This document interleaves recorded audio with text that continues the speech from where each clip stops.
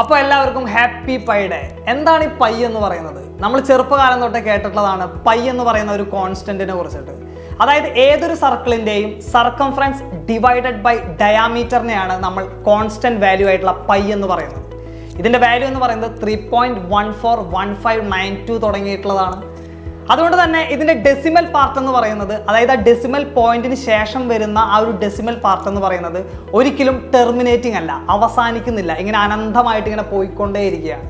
മാത്രമല്ല ഒരു പ്രത്യേക പാറ്റേൺ അതിന്റെ ഡെസിമൽ പാർട്ടിൽ ഫോളോ ചെയ്യുന്നില്ല. അതുകൊണ്ട് തന്നെ അതിന്റെ ഡെസിമൽ പാർട്ട് എന്ന് പറയുന്നത് നോൺ ടെർമിനേറ്റിംഗും നോൺ റിപ്പീറ്റിംഗുമാണ്. മാത്രമല്ല ഈ ഒരു നമ്പറിനെ ഒരിക്കലും നമുക്ക് P/Q ഫോമിൽ, അതായത് ന്യൂമറേറ്ററും ഡിനോമിനേറ്ററും ഉള്ള ഒരു ഫോമിലേക്ക് എഴുതാനായിട്ട് സാധിക്കില്ല. അതുകൊണ്ട് പൈ എന്ന് പറയുന്ന വാല്യൂ ഒരു ഇറേഷണൽ നമ്പർ ആയിട്ട് തന്നെ കണക്കാക്കപ്പെടുന്നു.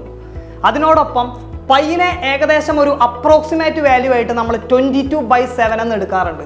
അതിൻ്റെ പ്രധാന കാരണം എന്ന് പറയുന്നത് കാൽക്കുലേഷൻ എളുപ്പമാക്കാൻ വേണ്ടിയിട്ടാണ് നമ്മൾ പൈയുടെ അപ്രോക്സിമേറ്റ് വാല്യൂ ആയിട്ട് നമ്മൾ 22/7 കണക്കാക്കാറുള്ളത്. പൈ ഡേ ആചരിച്ചു തുടങ്ങിയത് ഏകദേശം 1988 മുതലാണ്. 3.14 എന്ന് പറയുന്ന വാല്യൂവിനെ 14th of March എന്ന് നമ്മൾ റിവേഴ്സ് ചെയ്തിട്ടാണ് ഈ പൈ ഡേ ആചരിച്ചു വരുന്നത്. ഇന്നത്തെ ദിവസത്തിന് മറ്റൊരു പ്രത്യേകത കൂടിയുണ്ട്. പ്രശസ്തനായിട്ടുള്ള ആൽബർട്ട് ഐൻസ്റ്റീൻ്റെ ജന്മദിനം കൂടിയാണ്. സോ എല്ലാവർക്കും ഒരിക്കൽ കൂടെ ഹാപ്പി പൈ ഡേ.